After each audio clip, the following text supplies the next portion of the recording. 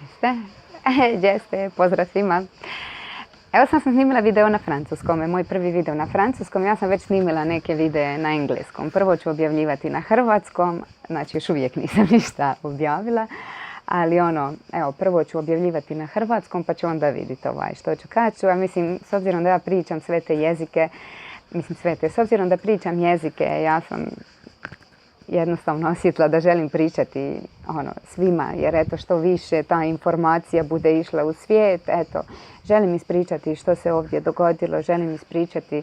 Mislim, ja sam bila odličan vodič zato što sam im govorila jednu malo razumniju verziju, jednu malo drugčiju perspektivu i znam da su to ljudi volili. Uvijek sam vidjela ljude, nisam ih vidjela kao zle, vidjela sam kao oštećene i to je ono zbog čega sam ja bila dobar vodič. To moja mama ne može nikako preboliti da ja više nisam vodič. Evo, ja to osjećam da mogu upotrijebiti za nešto drugo. Eto. Uglavnom, zadnji video je onaj tamo na ljetnim igrama kad sam rekla da mislim da ćemo igrati s Belgijom. Znači, rekla sam tamo da se život može shvatiti samo unatrag. Aha, čekajte. Love Croatia. Eto, tako idem u svijet. Mislim, prvi video.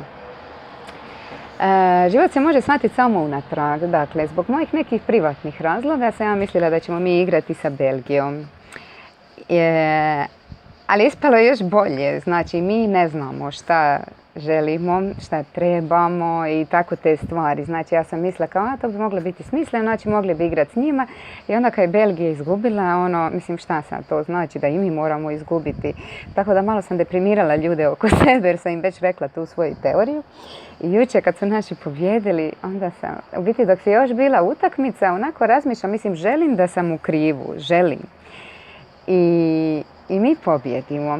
Sada, s obzirom da ja i dalje tražim smislenost u svemu, znači ne dobivamo ono ni što mislimo i tako, nego ono što nam treba. Ja mislim da mi pobjeđujemo. Eto, sad kad je već tako, u mojoj realnosti nema nikakvog smisla da mi ostanemo drugi. U mojoj realnosti mi pobjeđujemo Francusku. Znači, ja sam to sad upravo snimila i rekla Francuzima da ih pobjeđujemo. Pa evo što god bude, briga me, objavit će video. Nije mi žao uopće biti u krivu, jer ja samo nagađam u biti što se događa. Ja nikome ne govorim to će ti biti tako, tako i tako. Mislim, igram se. I tako, eto, baš ćemo vidjeti. Uglavnom, mislim da bi bilo dosta smisleno da Hrvatska pobjedi. Mislim, svi bi onda i čuli za Hrvatsku. Ja namjeravam ići u svijet s ovim. I znam koliko je ljudima i stalo do toga. I znam i kad bi meni isto gosti govorili, bravo, bravo i tako. I razmišljam onaj video što sam snimila, jesam, nisam. Znači, kad rečem da nismo naše nacionalnosti, vjerojatno sam trebala sada osjetiti to. Ponosim se, naravno da se ponosim što sam Hrvatica i što, mislim, ne znam ja što sam, evo sad je to zanimljivo. Znači, tu sam živjela u Župi Dubrovačkoj i pošto su moji Mađari, tu prva susjeda mi je Bugarka, jedna se s nama družila Muslimanka i onda su oni nas ovdje zvali United Nations ili United Colors of Benetton. I nekako, znači, nismo baš nešto mislim, naravno, bila sam Hrvatica, kad god ideš u svijet, ti si Hrvat iz Dubrovnika i tako to. I nedavno sam se tu skompala s jednom frendicom, čije familije ima baš puno, sa mišićima, evo reći ću.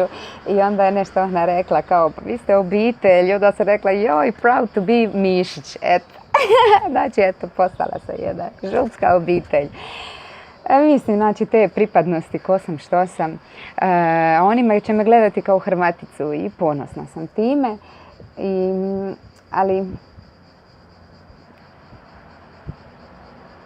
nedavno je onaj svećenik neki splitski rekao mladima za ultru kako je domoljublje dobro, ali ne onaj zadrti nacionalizam. Znači, volim ovu državu, volim ovo sve, ali nekako, mislim, ja ne volim granice, jer meni, na primjer, tamo u Trebinju, ona šuma i parkovi, ful mi fali to zaleđe ovdje, kao što njima fali more.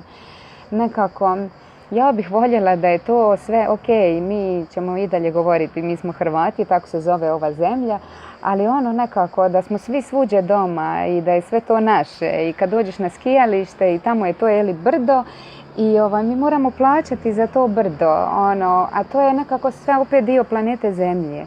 isto kao, mislim, ne znam da li razmišljate tako, da li možete shvatiti što vam želim reći. Ja se doista osjećam kao zemljanin i kao ovo je naša planeta. Kad gledamo mačke ili pse, znači iste su mačke, i tu i u Kini i nemam pojma, pa isto nekako, po mački ne znaš je li kišta. Mislim, dobro, evo sad imaju putovnice.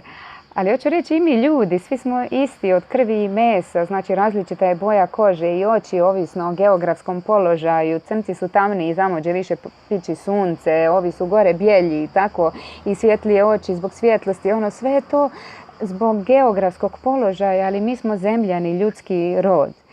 Eto, zato nekako ne volim prijanjanje na nacionalnost, ali evo, možda je to trebalo da i baš da budem ponosna i da možda malo drugčije prezentiram sve to. Evo, ne znam.